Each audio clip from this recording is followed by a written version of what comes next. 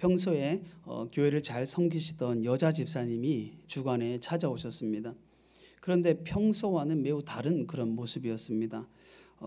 인조 속눈썹을 진하게 붙였고 입술은 아주 붉게 칠했고 헤어스타일도 주일과는 달리 한껏 이렇게 드라이하고 스프레이를 뿌려서 멋을 낸 상태였습니다. 잠깐 인사를 나누며 할 말이 있다며 소파에 앉았는데 치마가 너무 짧아가지고 속옷이 보일랑말랑 하니까 눈을 목사님이 어디로 두어야 될지 몰랐습니다. 직감적으로 혼자 있으면 안 될 것 같아서 사모를 불렀습니다. 세 사람이 대화를 시작할 때쯤 집사님이 갑자기 가방에서 담배를 꺼냈습니다. 너무 당황한 나머지 목사님과 사모는 아무 말도 못하고 그녀의 말만 이렇게 듣고 있었습니다. 집사님이 얘기하는데 제가 어떻게 살았는지 아세요? 유천동에 살았어요. 대전에서 목회를 하셨는데요. 예전에 대전에 사신 분 잘 아시겠죠. 대전의 유천동은 성매매 업소들이 모여서 있는 집창촌이었습니다. 제가 그곳에서 남편을 만났습니다. 지금 남편과 결혼을 하고 아이를 낳았지만은 주일 예배를 마치고 이렇게 월요일이 되면 남편과 논산, 강경, 부여 등을 다닙니다. 제가 다른 남자와 호텔에 들어가면 남편이 들어와서 협박을 하고 돈을 빼앗는 생활을 지금까지 계속 하고 있습니다. 그날이 있기까지는 그 남녀 집사님은 교회에서 너무나 평범했습니다. 예배를 마치고 아내는 주방에서 주방 봉사를 했고 남편은 교회에 이것저것 섬기는 집사였습니다. 목사님은 너무나 당황해서 어떻게 해야 될지 이렇게 몰라서 눈이 깜깜했습니다. 도와주어야 한다는 그런 생각보다는 두려움이 너무 컸던 거예요. 그래서 내일 다시 오면, 그래서 말문이 안 열리니까 내일 다시 오면 도와주겠다 하는 말만 하고 택시를 태워 보냈습니다. 그 후에 집사님 부부는 더 이상 교회에 나오지 않았습니다. 주일에는 부부가 평범하게 교회 생활을 잘합니다. 아주 거룩하게 보이죠. 그러나 주간에는 남편과 함께 전국을 돌아다니면서 조건 만남을 유혹해서 협박해서 돈을 괄치합니다. 그것으로 실조하고 그것으로 또 헌금을 하는 거예요. 여러분 조금 극단적인 이야기죠. 그런데 이런 경우도 있습니다. 저도 교육자 생활을 오래 하고 여러 교회 해보니까 정말 기가 막힌 그런 분들이 많더라고요. 그래서 그 목사님께서 그 책에서 하고 싶은 말은 이제 부활이라는 책인데 부활을 확신하고 살아가는 사람들의 그런 모습들을 보여주는 우리나라 사람들을 이렇게 인터뷰해서 모습을 보여주는 그런 책인데 그런데 교회 안에서 부활을도 확신하지 못하고 예수님을 알지 못하는 불신자들도 너무 많다는 거예요. 그 사람이 장로가 될 수도 있고요. 그 사람이 권사가 될 수도 있고 그 사람이 집사가 될 수도 있고 뭐 몇십 년 해도요. 불신자들에 대한 그런 안타까움이 교회 안에 있는 불신자들. 여러분 혹시 오늘 교회에 앉아 있지만 그냥 예수님 만나지 못하고 교회에 앉아 있다면 이것만큼 참 안타까운 일이 없습니다. 참 여러분 오늘 말씀을 통해서 참되신 예수님을 인격적으로 만나기를 간절히 바랍니다. 여러분 교회 안에서 죄 짓는다고 해서 예수님이 한번 구원하신 사람이 그리고 하나님께서 한번 택하신 사람이 그 구원이 취소되는 것은 절대로 아닙니다. 그러나 또 교회 안에 불신자도 있지만은 예수를 믿고 천국은 가지만 삶의 형태가 도통 그리스도인이라고 생각하기에는 그렇게 변화되지 못하고 하나님 앞에 신부는 구원받았고 죽으면 천국 가지만 나도 확신이 없지만 천국 가는 사람이 있어요. 여러분의 구원의 확신과 상관없이 하나님이 택하시면 천국 갑니다. 할렐루야. 근데 구원의 확신이라는 것이 있는 것은 세상을 이길 힘과 그리스도인으로서 살 수 있는 능력을 주는 것이죠. 남다르게 살아갈 수 있는 거예요. 확신이 없어도 천국 가요. 하나님께서 구원하셨으면. 그런데 구원의 은혜가 임할 수 있고 그게 받을 수도 있지만은 삶을 보면 그리스도인이라고 생각하기에는 어려운 사람들도 있어요. 여러분이 지난 일주일 동안 어떻게 살았습니까? 지난 수요일도 제가 말씀을 드렸죠. 긴 연휴라고 여러분 얼마나 우리가 영적으로 고피가 풀리기 쉬워요. 여러분 또 남들 모르게 내가 남편인데 아내 모르게 여러분 밤에 어디 갔다 왔을 수도 있잖아요. 그리고 아내도 마찬가지예요. 남편 모르게 누구 만날 수도 있잖아요. 여러분 교회 안에 비일비재합니다. 드러나지 않아서 그렇지. 학생들 요즘 여러분은 스마트폰 하나로 전 세계 다 갔다 오잖아요. 구석구석 부모님들이 모르는 것까지도 다 갔다 오잖아요. 그렇고 나서 교회 와가지고는 내가 하나님 앞에서 예배 드리기도 좀 그렇고 그런 모습들 그런 부분에 대해서 우리가 생각해 보자는 것이죠. 사랑하는 여러분, 예수 믿는 것은 무엇입니까? 예수 믿는 것은 무엇이에요? 정말 여러분 교회 나오셨는데 예수 믿는 것은 무엇이고 그리고 예수 믿는 사람은 어떤 사람이에요? 그냥 교회 나온다고 예수 믿는 겁니까? 예수 믿는 사람을 다른 말로 하면 그리스도인이라고 합니다. 그리스도, 예수 그리스도라잖아요, 여러분. 예수는 이름이고 그리스도는 직분입니다. 제가 정성훈인데 정성훈 목사인 것처럼 예수 그리스도예요. 그리스도는 기름 부으신 자라는 그런 직분의 의미죠. 기름 부으신 자는 우리를 통치하시고 우리에게 하나님의 말씀을 전파하시고 우리를 구원하신다는 뜻이잖아요. 제사장, 선지자, 그다음에 왕. 이 직분을 행하시는 예수가 이런 직분을 행하시는 분이에요. 그런데 이런 직분을 행하시는 분의 사람 그리스도인이라고 합니다. 그럼 여러분 그리스도인은 누구예요? 우리는 다 그리스도인 예수의 사람이라고 하는데 그리스도인은 누굽니까? 그냥 정답을 말씀드리면 예수님을 따르는 자입니다. 예수님을 따르는 자. 그러나 교회에 나와서 신앙생활함에도 불구하고 예수님을 따르지 못하고 자기 꿈, 자기 야망, 자기 소원만을 이루기를 원하는 사람이 있습니다. 아까 그 목사님을 찾아왔던 그 부부가 그러지 않았을까? 뭔가 삶에 그런 집착존에서 살다가 그 상에서 결혼해서 나와서도 그런 삶을 끊지 못하는 그렇게 하면서도 자신의 그런 삶을 좀 끊기를 원하고 어떤 면에서는 세상의 그런 어떤 면에서는 소망이죠. 그런 것을 좀 끊기 원하고 그런 좀 윤리적인 마음이었겠죠. 윤리적인 마음으로 교회에 왔던 거예요. 여러분 윤리적인 마음으로 교회 오면 예수 못 만납니다. 윤리적으로 교회 와서 뭐 착한 사람 된다. 다 죄인이에요. 여러분 다 죄인이에요. 윤리적으로 여러분 조금 교회 착한 사람이 되려고 온다. 그거는 여러분 예수 믿는 게 아닙니다. 교회에 나와서 예수님을 따를 수 있는 사람만이 진정한 그리스도인이라고 할 수가 있어요. 근데 교회를 나와도 그냥 문제를 해결받고 싶어 해요. 아니면 자식이나 사업이 잘 되기를 바랍니다. 물론 하나님이 예수 믿는 자녀에게 이런 복을 반드시 주십니다. 정말 주세요. 풍성한 복을 주십니다. 그런데 교회 안에 불신자들은 또 예수를 믿었지만은 아직까지 정말 내 지적으로 그다음에 행동적으로 의지적으로 하나님 앞에 결단하지 못한 그런 사람들은 이런 세상적인 복만 추구하면서 교회에 온다는 것입니다. 이것만큼 예배 생활하고 주일 성수하려고 할 때 너무너무 어려운 건 없습니다. 이런 관점으로 여러분 신앙생활하면 주일 예배 나오는 자체가 힘들어요. 여러분. 자기 소원, 자기 소망으로 신앙생활 하다가 자기 기대에 교회 안에서 미치지 못하면 어느 순간 어떻게 돼요? 교회에서 조금만 이렇게 실망스러운 일이 있어도 교회 떠나버립니다. 떠나버려요. 그리고 자기 삶에 뭔가 문제가 있으면 예배생활 포기해버립니다. 중간 예배 확 쉬어도 아무런 양심의 가책이 없어요. 하나님 앞에. 혹시 여러분 그런 증상 있습니까?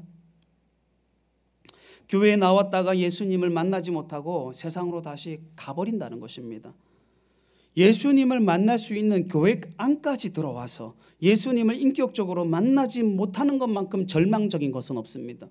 9월에 기회가 있었잖아요. 예수님 만날 수 있는 기회가 있었잖아요. 지금 바로 가장 가까운 곳에 왔는데도 매주 나왔는데도 예수님 못 만나면 여러분 이것만큼 안타까운 건 없어요. 저는 장담 못합니다. 우리 솔빛교회 직분자들 천국에서 만날 거죠. 장담 못해요. 왜? 제가 그렇게 말씀드린 게 아니고 성경이 그렇게 말씀하시기 때문에 성경이 그렇게 말씀하시기 때문에 윤리적인 거 아니에요. 여러분 그리고 또 뭔가 이렇게 도덕적인 거 아니에요. 뭔가 이렇게 뭐 무당에게 가서 돈을 주면 복을 빌고 복을 받는다. 그런 아주 저차원적인 게 아니에요. 우리 예수 믿는 것은.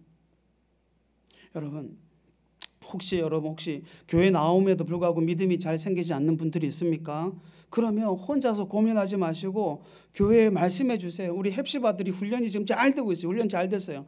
개인적으로 가서 복음 전해드릴 수도 있고요. 제가 가서 할 수도 있고 상담을 여러분 받을 수도 있고 전화로도 상담 받을 수도 있어요.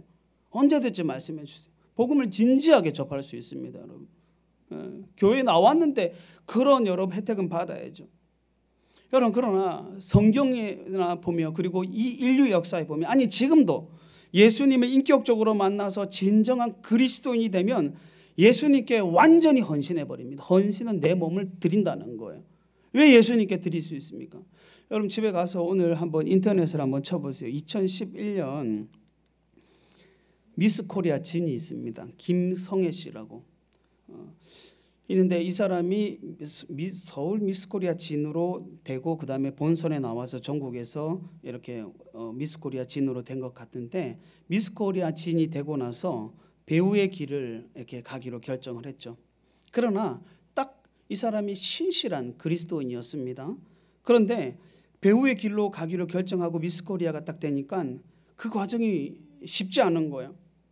그래서 교회 안에서 중고등부 주일학교 청소년들을 담당하는 그런 청소년들의 비전이 있는 또 교사로 섬기고 있으면서 청소년을 세우고자 하는 사명이 있었기에 그러니까 뭐 엄청난 기회들이 오는 거예요. 세상에서 뭐 술 광고에서 막 미스코리아 진이 되니까 술 광고가 여러 군데서 나오는 거예요. 술 광고를 비롯한 건전하지 못한 광고와 그런 작품 섭외들이 그냥 우르르 들어요. 뭐 그냥 내가 가겠다면 그냥 돈이 우르르 떨어지는 것이죠. 그러나 내가 예수님을 따르는 사람인데 나를 보고 또 다른 우리 청소년들이 예수님을 따르도록 할 사람인데 그런 것들을 거절하다 보니까 오랫동안 무명 시절을 거쳐야 했습니다. 잘라버렸죠. 오는 것마다 잘라버리니까 예수님의 제자로 따르려다 보니까 세상의 것 중 거부해야 하고 절제할 것들이 너무 많았다고 합니다. 그래서 여러 가지 국가적인 것, 지역적인 홍보대사 이런 것들로 이렇게 활동을 하고 있죠. 한 발만 세상에 타협하면 넘어가면 세상에서 부와 명예를 한순간에 그냥 거머쥘 수가 있는데 한 1년만 그렇게 살아보십시오. 아마 평생 그냥 내가 하나님 1년만 딱 눈 감고 이렇게 돈 벌고 그리고 그 다음 2년차부터는 평생 주님을 위해서 살겠습니다. 그렇게 좋잖아요. 한 번만 눈 딱 감으면 그런 유혹이 있었는데 그런 유혹을 뿌리치고 하나님이 원하시는 삶과 사역을 살아내도록 노력하고 있다는 것이죠. 사랑하는 여러분, 예수 믿는 것은 무엇일까요? 정말 예수 믿는 것은 무엇일까요? 여러분 오늘 말씀을 통해서 예수 믿는다는 것이 진정으로 무엇인지 분명하게 깨닫고 예수님을 오늘 말씀을 통해서 인격적으로 만나시길 바랍니다. 오늘 말씀 놓치면 안 돼요. 그리고 그분을 따라가며 영생과 축복을 경험하는 시간 되기를 우리 주 예수 그리스도 이름으로 축원합니다. 여러분 성경에서 예수님을 믿고 가장 확실하게 변한 사람이 사도 바울입니다. 바울은 요즘 말로 하면 경제적으로 부족함이 없는 사람이었습니다. 든든한 가정에서 금수저였어요. 금수저로 태어났어요. 최고의 과외 교사의 도움으로 최고의 대학을 졸업했습니다. 젊은 나이에 성공하여서 학문적으로나 또 정치적으로 상당한 영향력을 가졌습니다. 그러나 예수님 만나기 전에는 예수쟁이들이 사회의 가장 큰 그런 악한 사람이라고 생각하여서 그 예수 믿는 앞잡이 스데반의 순교를 당할 때 그거 순교 당한 것을 당연히 생각하고 스데반의 사형을 도왔습니다. 예수 믿는 성도들을 잡아서 감옥에 가두는 그런 앞잡이였습니다. 그랬던 그가 예수님을 사도행전 7장 사도행전 강의할 때 한번 할 수 있겠죠. 그가 예수님을 인격적으로 만나고 완전히 180도 변했습니다. 예수님을 전하기 위해서 결혼도 하지 않았어요. 자신의 일생을 드렸습니다. 로마에서 우리 학생들이 잘 아는 미치광이 왕 네로 황제에 의해서 순교할 때까지 전도하고 교회를 개척하고 세계 선교 3차 여행을 다니고 예수님 제자 세우는 것을 멈추지 않았습니다. 그렇게 고난의 삶을 살면서도 신약이 27권인데 13권을 기록했습니다. 바울이 예수님을 만난 후 예수님에 대해서 어떻게 고백합니까? 우리 한번 읽어봅시다. 빌립보서 3장 7절에서 9절입니다. 같이 읽습니다. 시작. 그러나 같이 읽어봅시다. 시작. 그러나 무엇이든지 내게 유익하던 것을 내가 그리스도를 위하여 다 해로 여길 뿐더러 또한 모든 것을 해로 여김은 내 주 그리스도 예수를 아는 지식이 가장 고상하기 때문이라. 내가 그를 위하여 모든 것을 잃어버리고 배설물로 여김은 그리스도를 얻고 9절 상반절 시작. 그 안에서 발견되려 함이니. 무슨 말씀입니까? 바울은 예수님을 만난 후에 그동안 세상에서 가지고 있던 모든 부, 재물, 명성, 그 다음에 지식 다 해롭게 여겼다는 것입니다. 안 좋게 여겼다는 표현이 아니고 해롭게 여겼다고 얘기해요. 어느 정도 해로 여겼냐면 배설물로 여긴다. 왜 세상의 모든 것을 다 해로 여긴다고 합니까? 8절에 한번 보십시오. 8절에 보면 그리스도를 아는 지식이 가장 고상하기 때문이다. 예수님 아는 것이, 예수님 만난 것이 가장 최고이기 때문이다. 가장 가치, 내 인생에 가장 가치 있는 것이기 때문이다. 예수님을 얻기 위해서, 내가 이제 예수님 얻었는데 세상 것 때문에 내가 다시 예수님 뺏기기 싫다는 것이죠. 예수님 안에서 나 자신을 발견하기 위함입니다. 여러분, 정말 예수님이 세상의 모든 것보다 가치 있고 좋으신 분일까요? 이걸 먼저 해결해야 되죠. 세상의 물질, 명예, 지위, 건강 다 잃어도 예수님만 얻으면 정말 손해보지 않을까요? 바울은 어떻게 예수님을 위해서 모든 것을 버릴 수 있었을까요? 바울은 세상의 모든 것을 배설물로 여긴다고 했어요. 여러분, 배설물 뭐예요? 똥이에요, 똥. 용변을 볼 때 몸 밖으로 내어버리는 거예요. 여러분, 배설물 아까워하는 사람 있어요? 아침에 여러분 배설물 빌고 왔죠? 화장실에서 여러분 용변을 볼 때 쭉 물 내리면서 아이고 아까워, 저거 어떻게 주워 담지, 그렇게 생각하는 사람 있어요? 한 명도 없잖아요. 그렇게 세상의 것을 그렇게 여겼다는 것입니다. 요즘 말로 하면 금수저인 사람이 그냥 과감하게 탁 눌러가지고 물을 내려버려서 버려버립니다. 그게 배설물이에요. 세상의 명예, 돈, 지위, 자신의 건강까지 다 배설물로 여겼어요. 누구를 얻기 위해서요? 예수님을 얻기 위해서. 정말 세상의 모든 것을 버리고라도 예수님을 얻는 것이 정말 계산에 맞을까요? 여러분 생각해 보셨어요? 교회 다니면서 저는 분명하게 계산하고 목사의 길로 왔어요. 내 평생 주님을 위해서 내가 드려도 내가 손해보지 않고 막 30배, 60배, 100배로 남는다는 게 계산되어졌기 때문에 이 길로 온 거예요. 여러분에게 예수님은 누구십니까? 예수님은 여러분에게 얼마나 가치가 있습니까? 바울이 예수님을 위해 모든 것을 버릴 수 있었던 이유는 무엇일까요? 그것은 예수님을 통해서 천국을 받기 때문이에요. 천국. 고린도후서 12장 1절에서 4절까지 같이 한번 읽어보겠습니다. 시작. 무익하나마 내가 부득불 자랑하노니 주의 환상과 계시를 말하리라. 내가 그리스도 안에 있는 한 사람을 아노니 그는 14년 전에 셋째 하늘에 이끌려 간 자라. 그가 몸 안에 있었는지 몸 밖에 있었는지 나는 모르거니와 하나님은 아시느니라. 내가 이런 사람을 아노니 그가 몸 안에 있었는지 몸 밖에 있었는지 나는 모르거니와 하나님은 아시느니라. 그가 낙원으로 이끌려 가서 말로 표현할 수 없는 말을 들었으니 사람이 가히 이르지 못할 말이로다. 바울은 오늘 본문에 보면, 이 고린도후서에 보면 환상 중에 셋째 하늘에 끌려 올라갔다고 했어요. 셋째 하늘은 천국입니다. 바울은 인간의 한계를 초월하는 하나님이 계신 곳, 천국에 가서 놀라운 체험했습니다. 체험을 할 때 몸 밖에 있었는지 몸 안에 있었는지 모르겠다 두 번이나 말하잖아요. 이게 환상인지 내가 직접 갔다 왔는지는 내가 그때는 잘 모르겠지만 어쨌든 갔다 왔다는 거예요. 근데 그 천국이 너무너무 신비로운 곳이어서 인간의 언어로는 표현이 불가능했습니다. 사람의 어떤 미사, 역으로 천국을 묘사한들 인간의 말로 표현해버리면 천국을 질떨어뜨려 버리기 때문에 눈에 본 것을 그대로 묘사할 수가 없었던 거예요. 그 천국을 더 이상 표현할 수 없었던 거예요. 그런데 자신이 그 천국을 봤다는 것입니다. 봤다는 거. 여러분이 정말 어떤 상상을 해도 천국은 그 이상입니다, 여러분.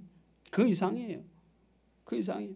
그 천국을 봤을 때 이 땅에서 자신이 최고로 여겼던 그 물질, 명예, 학벌, 가문은 너무너무 초라하게 보인 거예요. 천국과 딱 비교해 보니까.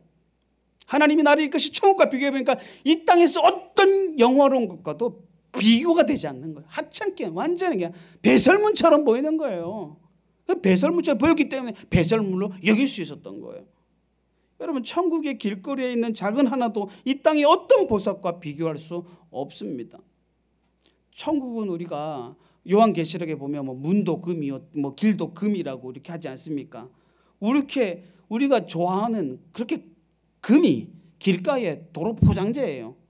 물론 비유적인 표현이지만은 천국에 있는 모든 것은 이 세상의 어떤 것과도 비교할 수 없다는 것입니다. 그래서 그 천국을 얻기 위해서, 영원한 생명이 있는데 영원히 살아갈 그 천국을 얻기 위해서 이 땅의 것을 배설물로 여겼기 때문입니다. 왜 그 천국을 얻기 위해서 이 땅의 것을 배설물로 여겼습니까? 그 천국에 들어가려면 예수 그리스도를 얻어야 되기 때문입니다. 예수 그리스도를 통해서만 천국에 들어갈 수 있기 때문입니다. 요한복음 14장 6절 같이 한번 읽습니다. 시작. 예수께서 이르시되 내가 곧 길이요 진리요 생명이니 나로 말미암지 않고는 아버지께로 올 자가 없느니라. 예수님이 말씀하시죠. 나로 말미암지 않고는 천국에 계신 아버지께로 올 자가 아무도 없다는 거예요. 예수님을 통해서만 하나님 아버지의 집 천국의 집에 갈 수가 있습니다. 예수님이 천국에 가는 길이요 진리요 생명입니다. 사도행전 4장 12절 읽습니다. 시작. 다른 이로서는 구원을 받을 수 없나니 천하 사람 중에 구원을 받을 만한 다른 이름을 우리에게 주신 일이 없느니라 하였더라. 예수 말고는 구원 얻을 수 있는 이름이 이 세상에 없습니다. 예수 말고는 천국 가는 그 어떤 방법도 없습니다. 그 예수님이 바로 하나님이시요 하나님의 아들이십니다. 그래서 바울은 그 예수님을 얻기 위해서 이 세상에서 방해되는 모든 것을 버릴 수밖에 없었던 거예요. 왜? 예수님을 얻기 위해서는 버려야 되니까. 사랑하는 여러분, 오고 오는 세대에 예수님을 위해서 자신의 삶과 생명을 드리는 사람들이 왜 끊이지 않을까요? 우리 지난주에도 우리 최갈렙 선교사님 오셨잖아요. 왜 그렇게 잡혀갈 수 있는데도 왜 또 그 지역에 또 들어가려고 합니까? 그분들이 앞뒤를 분별하지 못하는 맹신자여서 사이비 종교에 다니는 사람들이에요. 그분이 제 친구인데 제가 대학교 1학년 때부터 지금까지 몇 년입니까? 30년 이상 친구로 살았는데 그 사람 제가 볼 때 또라이 아니에요. 사이비 안 빠졌어요. 저보다도 똑똑하고 영어도 잘하고, 지난주에 보십시오. 얼마나 그 맥북을 가지고 프리젠테이션 잘합니까? 정말 기술자예요. 영상도 엄청 기술자거든요. 그래서 선교사님들에게 영상이라든지 이런 거 다 가르쳐주고 정말 똑똑한 사람입니다. 그런데 모든 세상의 보장과 사회에 나가서 돈 많이 벌 수도 있고, 또 말씀드렸잖아요. 큰 교회에서 오라고 해도 가지 않고, 그런 사람이 그 사람뿐입니까? 한두 명이 아니에요. 왜 예수님 제대로 밀어버리면 참 미쳐버린 것처럼 그렇게 예수님 믿습니까? 여러분, 세상에 어떤 사람들이요, 세상에 태어나가지고 이성을 가지고 태어난, 제대로 이성이 박힌 사람은 자기 자신이 어떤 사람도 자기 자신의 생각으로 확실하지 않고 보장이 되지 않는 것에 자기 삶과 목숨을 절대로 버리지 않습니다. 자기 보호 본능이 있어가지고 절대로 버리지 않아요. 얼마나 천국이 확실했으면, 얼마나 예수님이 하나님의 아들이라는 것이 확실되었으면, 얼마나 예수님이 인생 최고의 가치라는 것을 확신되었으면 자신의 모든 것을 드릴 수가 있습니까? 여러분, 생각해 보신 적 있어요? 예수님은 분명하게 신약 성경에 보면 계산하고 나를 따르라고 얘기했어요. 계산하고. 여러분, 오늘 우리가 읽었던 본문에는 예수님의 12제자 중 가장 의심 많았던 도마에 대한 이야기입니다. 예수님이 부활하신 이후에 지금 그 사건을 얘기하는 거죠. 예수님께서 십자가에 죽으시고 3일 만에 부활했어도 이 도마는 예수님의 부활을 믿지 못했어요. 예수님이 3년 동안 함께 있을 때 나는 죽고 난 지 3일 만에 살아날 것이다. 그렇게 얘기를 했는데도 믿지 못했어요. 다른 제자들이 부활하신 예수님을 만났다고 하니까 도마가 나는 도저히 못 믿겠다. 믿음이 안 생긴다 하면서 어떻게 얘기합니까? 오늘 본문 읽어봅시다. 요한복음 20장 24절에서 25절입니다. 읽습니다. 시작.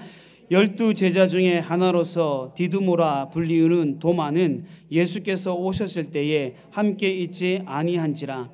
다른 제자들이 그에게 이르되 우리가 주를 보았노라 하니 도마가 이르되 내가 그의 손에 못 자국을 보며 내 손가락을 그 못 자국에 넣으며 내 손을 그 옆구리에 넣어 보지 않고는 믿지 아니하겠노라 하니라.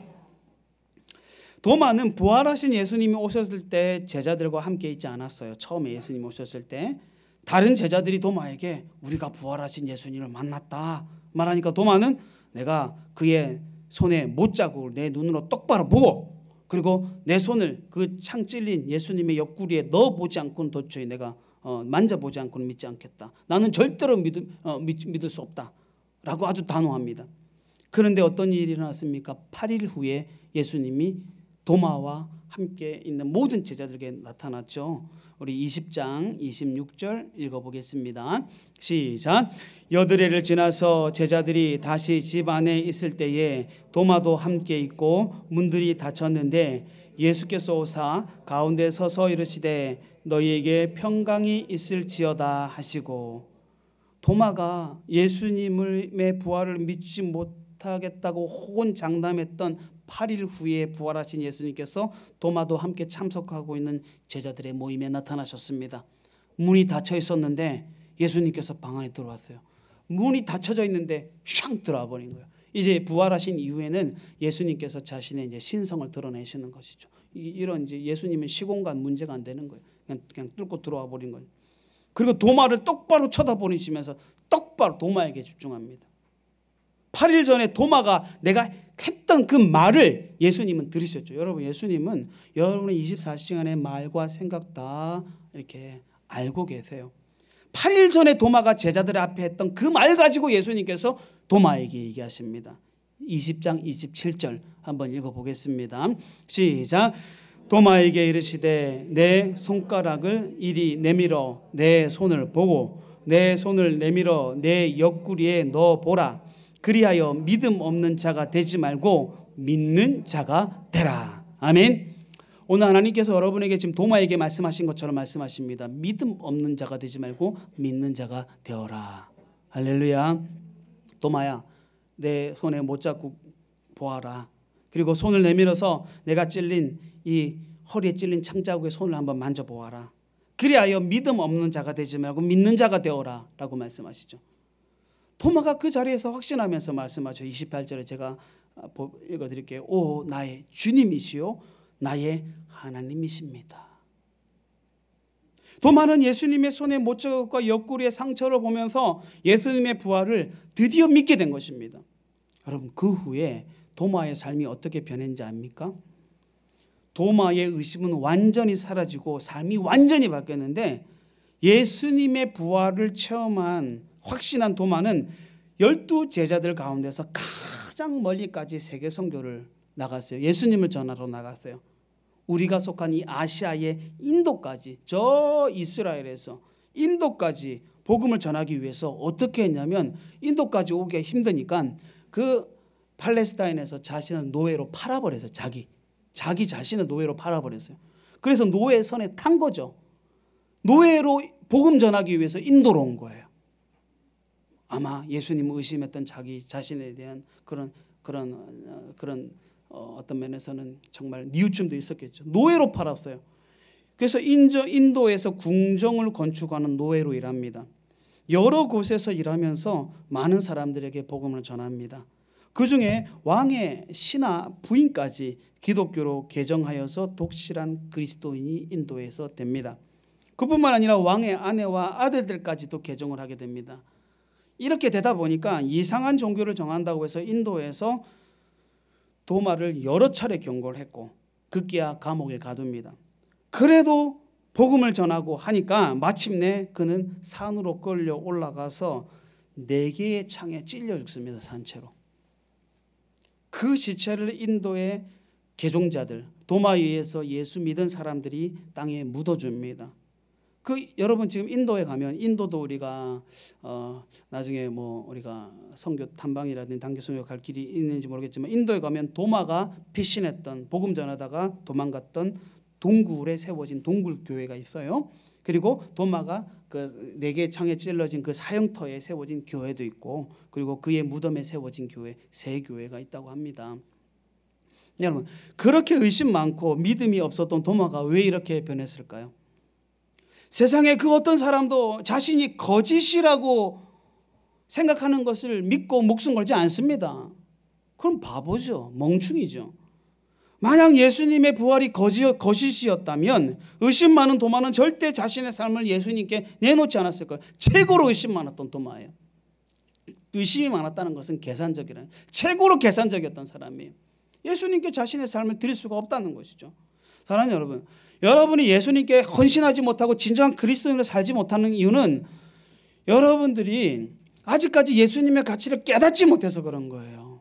여러분, 돈에 대해서 가치를 깨달으니까 여러분이 열심히 일하잖아요.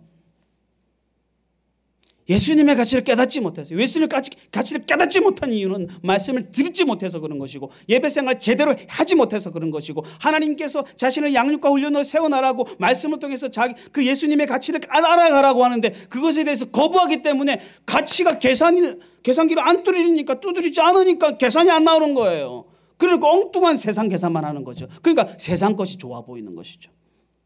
세상 것. 여러분 이번 추석 명절 통해서 여러분의 신앙을 다시 한번 돌아보시기 바랍니다.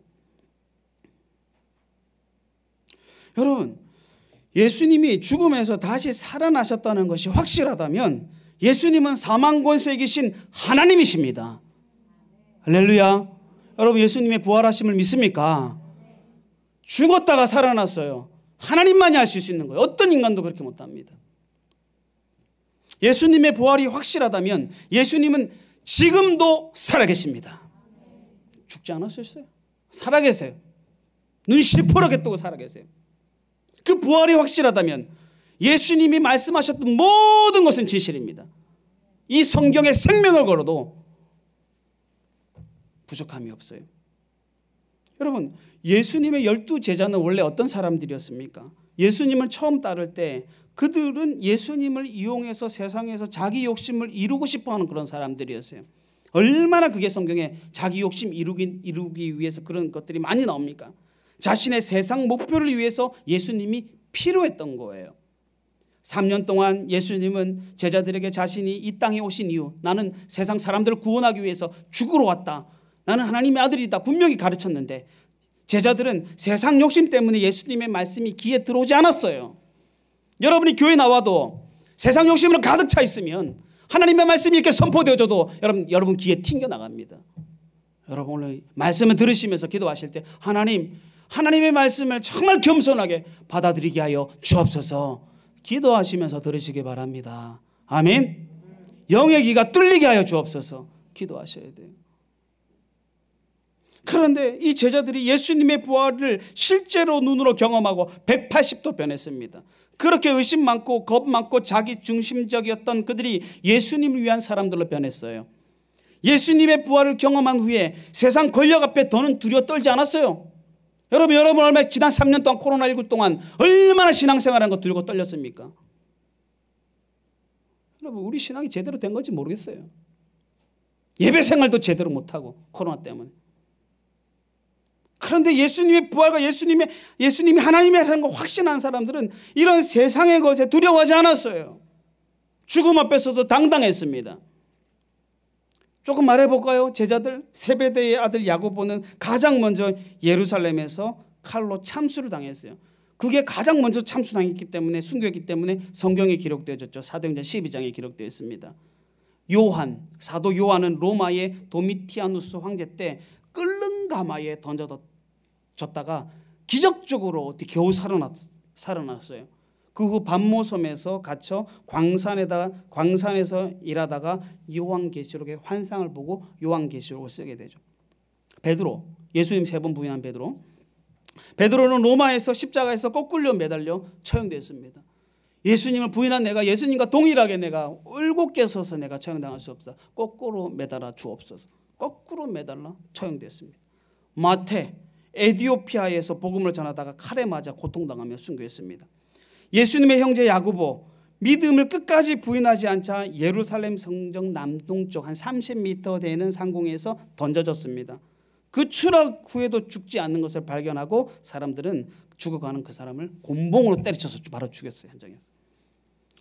나다네엘, 우리 그것이 의심 많았던 우리 성경에 나오죠. 나다네엘이라고 알려진 이 바돌로메는 아르메니아에서 복음을 전하다가 산채로 가죽이 벗겨져서 죽었어요.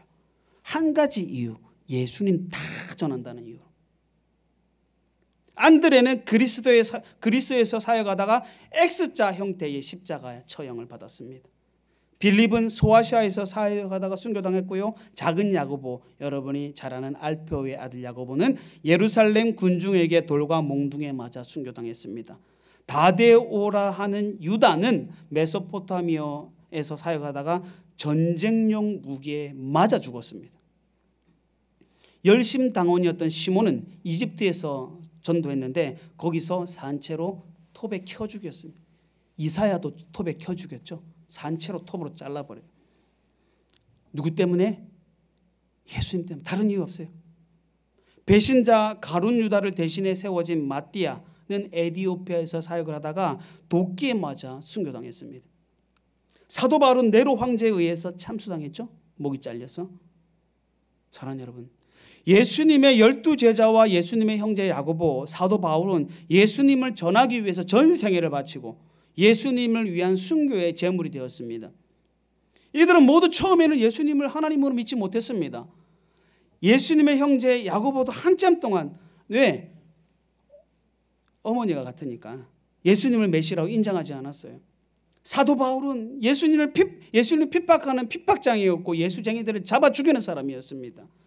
12제자들 그 누구도 다 처음에는 예수님을 통해서 이 땅에서 잘 되려고 했던 욕심 많은 인간들이었습니다.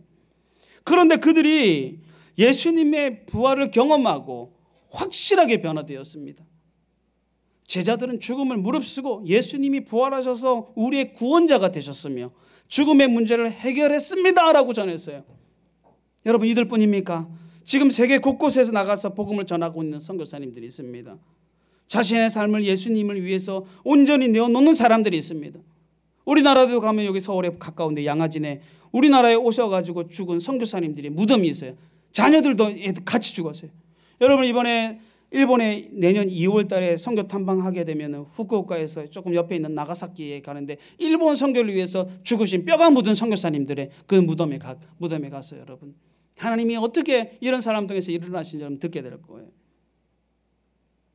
무엇이 그들의 삶을 바꾸어 놓았습니까?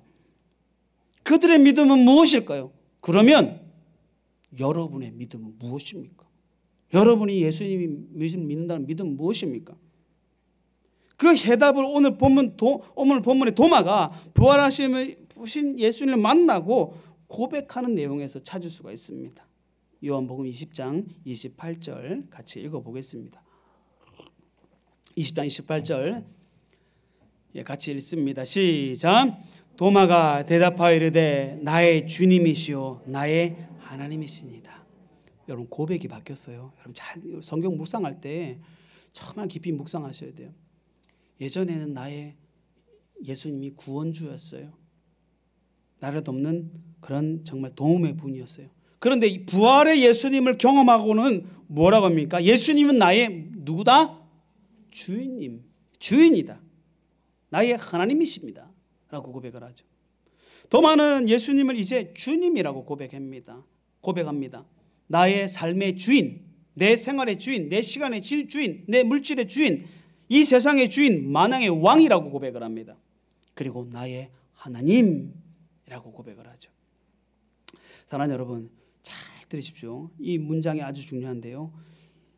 예수 믿는다는 것은 무엇입니까? 오늘 제목이잖아요. 예수 믿는다는 것은 예수님이 나의 삶의 주인, 이 세상의 주인, 하나님으로 인정하면서 살아가는 것이 예수 믿는 것입니다. 아멘. 우리가 처음 예수님을 믿을 때는 예수님을 구원주로 영접을 합니다. 나를 위해서 십자가에 못 박혀 죽으시고 3일 만에 살아나신 그분 영접합니다. 그는 단순히 구원주라고 고백하는 거예요.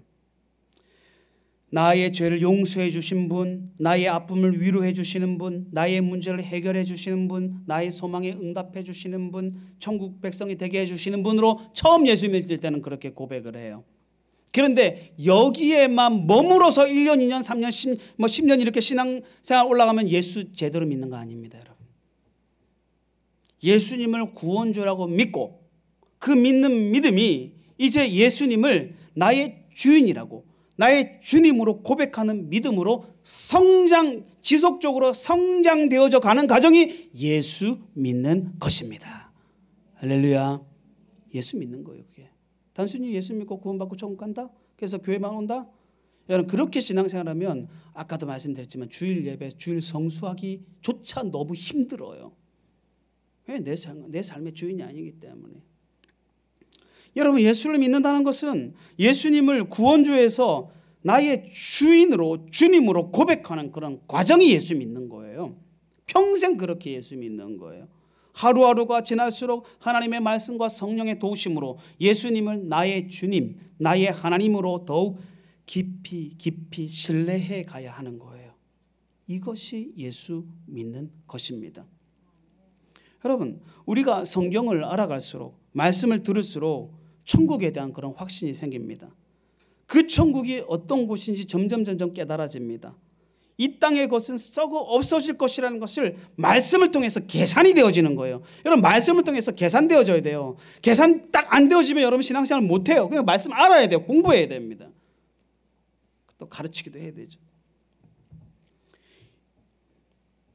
여러분, 이 땅만을 위해서 살다가는 이 땅과 함께 모든 것을 잃어버리게 된다는 것을, 말씀을 통해서 잃어버리게 된다는 것을 여러분 계산이 되어집니다. 예수님이 이 땅에 오신 것은 사람들을 구원해내서 영원한 천국으로 이끌기 위한 것도 알게 됩니다.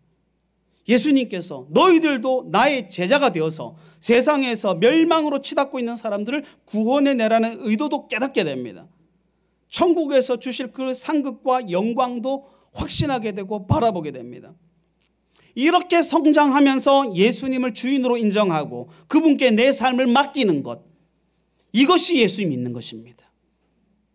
한국교회가 지금까지 이렇게 예수 믿는 이 작업이 제대로 되지 않아가지고 구원받고 복만 받고 그냥 교회만 왔다 갔다 가서 돈 많이 벌면 하나님께서 기도 응답해 줬다라고 그런 식으로 간증만 하다가 한국교회가 이 모양 이 꼴이 된 거 아닙니까? 한국교회라면 저와 여러분이 이 모양 이 꼴 됐다는 거예요. 신앙생활이. 여러분, 이제는 내 욕심, 내 욕망, 이 땅의 것을 위해서 사는 것이 아니라 예수님을 주인으로 인정하니까 예수님이 원하시는 삶을 살아가시길 바랍니다. 그 사람이 그리스도인입니다. 갈라디아서 2장 20절 읽습니다. 시작. 내가 그리스도와 함께 십자가에 못 박혔나니 그런즉 이제는 내가 사는 것이 아니요 오직 내 안에 그리스도께서 사시는 것이라. 이제 내가 육체 가운데 사는 것은 나를 사랑하사 나를 위하여 자기 자신을 버리신 하나님의 아들을 믿는 믿음 안에서 사는 것이니라. 아멘. 이게 예수 믿는 거예요. 이제는 내가 살아가는 거 아니에요. 오직 내 안에 그리스도께서 사시는 것입니다.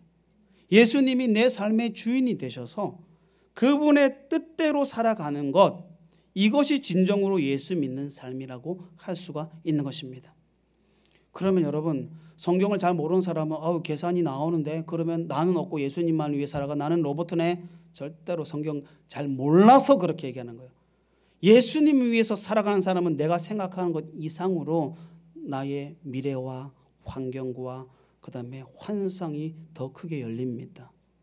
여러분의 은사를 사용하십니다. 여러분의 은사가 예술입니까? 여러분의 은사가 음악입니까? 여러분의 은사가 어떤 회사에서 다니는 겁니까? 그 안에서 예수님과 함께 살아가면서 놀라운 풍성한 삶을 누리면서 그 풍성한 삶을 예수 그리스도와 함께 이렇게 또 다른 사람에게 전하고 하나님을 전하는 사람으로 만들어 주시는 거예요. 여러분이 생각하는 그 목표, 그 다음에 그 비전, 여러분 예수님 제대로 만나고 예수님의 삶의 주인 되면 예수님이 우리를 어떻게 이끌어갈지 몰라요.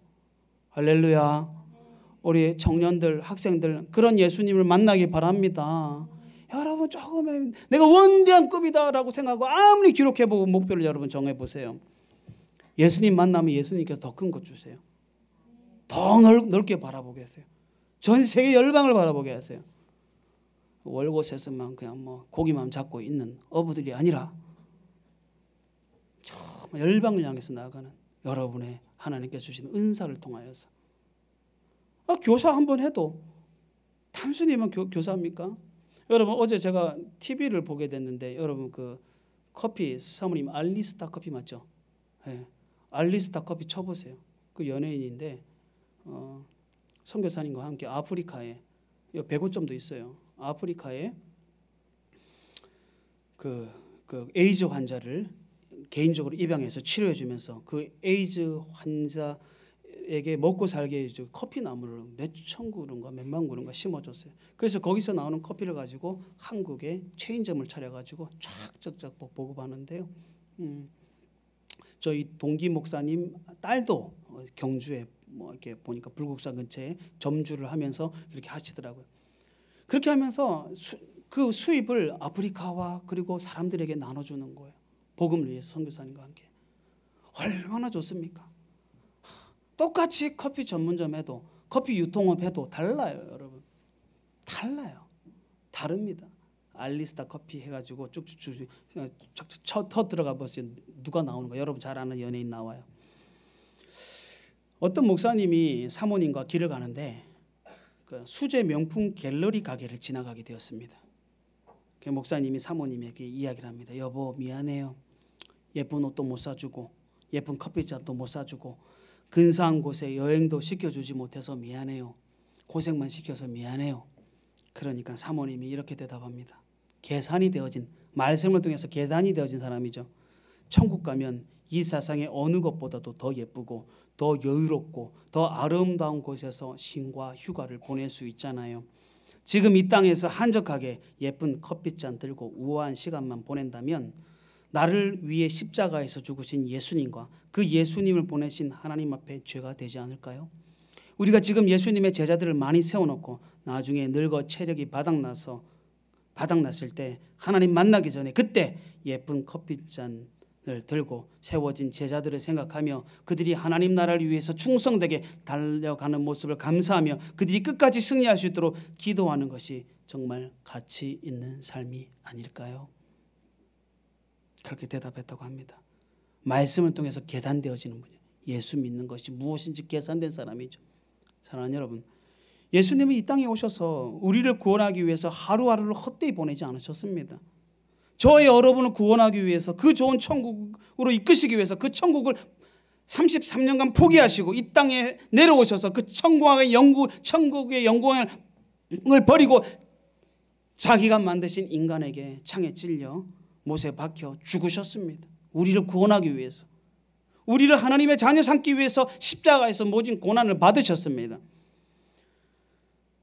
나의 주님, 나의 하나님이 저와 여러분을 위해서 그렇게 사셨다면, 예수님을 나의 주인이라고 고백하는 여러분이라면, 우리라면, 예수님을 나의 하나님으로 고백하는 사람이라면 어떤 삶을 살아야 되겠습니까? 그분이 사셨던 삶을 따라가는 것입니다. 그들이 바로 제자요, 그리스도인이요, 예수님을 나의 주인이라고 고백하는 제대로 예수 믿고 있는 사람들입니다. 여러분, 예수 믿는다는 것은 예수님을 나의 구원주뿐만 아니라 나의 주님, 내 삶을 드려야 할 분, 내 인생을 맡겨야 할 주인으로 고백하면서 그렇게 살아가는 것입니다. 그럴 때 예수님께서 의도하셨던 여러분의 가정에 구원과 회복이 일어나는 것입니다. 이 지역과 민족과 세계 열방이 구원을 얻게 되는 것입니다. 사랑하는 여러분, 예수님을 제대로 믿는 저와 여러분 되기를 간절히 바랍니다. 바알과 예수님의 제자들은 육체의 눈으로 천국을 보았어요. 그리고 부활하신 예수님을 보았습니다. 그러나 더 중요한 게 있어요. 우리는 천국과 부활을 육체의 눈으로 보지는 못했어요. 우리는. 그런데 놀라운 것은 더 예수님이 지금도 살아계시다고 우리가 확신할 수 있는 것은 우리가 눈으로 보지 못했지만, 천국을 눈으로 보지 못했지만, 부활하신 예수님을 눈으로 보지 못했지만, 놀라운 것은 내가 영의 눈으로 보고 예수님을 믿고 있다는 것입니다. 더 놀라워요. 더 놀라워요. 성경 66권의 계시가 종결된 후에는 성령 하나님께서 성경 말씀을 통해서 우리가 천국을 확신하게 하시며 부활하신 예수님을 믿게 해주십니다. 그래서 예수님께서 오늘 본문에 우리를 위한 부활 이후에 그 40일간의 그 행적을 위한 일이 아니고 그 이후에 우리를 위한 예언의 말씀을 해주시는 거예요. 그게 요한복음 20장 29절입니다. 같이 읽습니다. 시작. 예수께서 이르시되 너는 나를 본고로 믿느냐? 보지 못하고 믿는 자들은 복되도다 하시니라. 도마는 보고 믿었어요. 우리는 보았습니까? 보지 못했습니까? 보지 못했어요. 그런데 여러분 믿습니까? 안 믿습니까? 믿어져요? 안 믿어져요? 믿어져요. 영의 눈으로 믿어진 거예요. 우리가 그 하나님께 복된 사람들입니다. 믿으십니까? 어쩌면 우리는 이 사도 바울, 도마보다 더 복된 사람들입니다. 그들은 눈으로 보고 믿었지만 우리는 눈으로 보지 않아도 믿을 수 있는 믿음이 우리 안에 생겼다니까요. 더 하나님의 은혜 아닙니까? 보지 않아도 믿어버렸어요. 이거예요, 여러분. 내가 저 친구 원수가 있는데 내가 진짜 쳐야지 넘어갈 수 있는데 생각만 해도 넘어가는 거예요. 우리가 그렇게 예수님을 믿었다니까요. 기적이 일어나는 거예요. 더 은혜죠. 예수님 믿는 저와 여러분, 예수님은 나의 주님으로 100% 신뢰하며 살아갈 때 그가 가는 곳마다 생명의 역사, 회복의 역사, 천국의 은혜의 역사가 열리는 것입니다. 여러분, 이와 같이 예수님을 제대로 믿는 은혜와 축복이 있기를 우리 주 예수 그리스도 이름으로 축원합니다.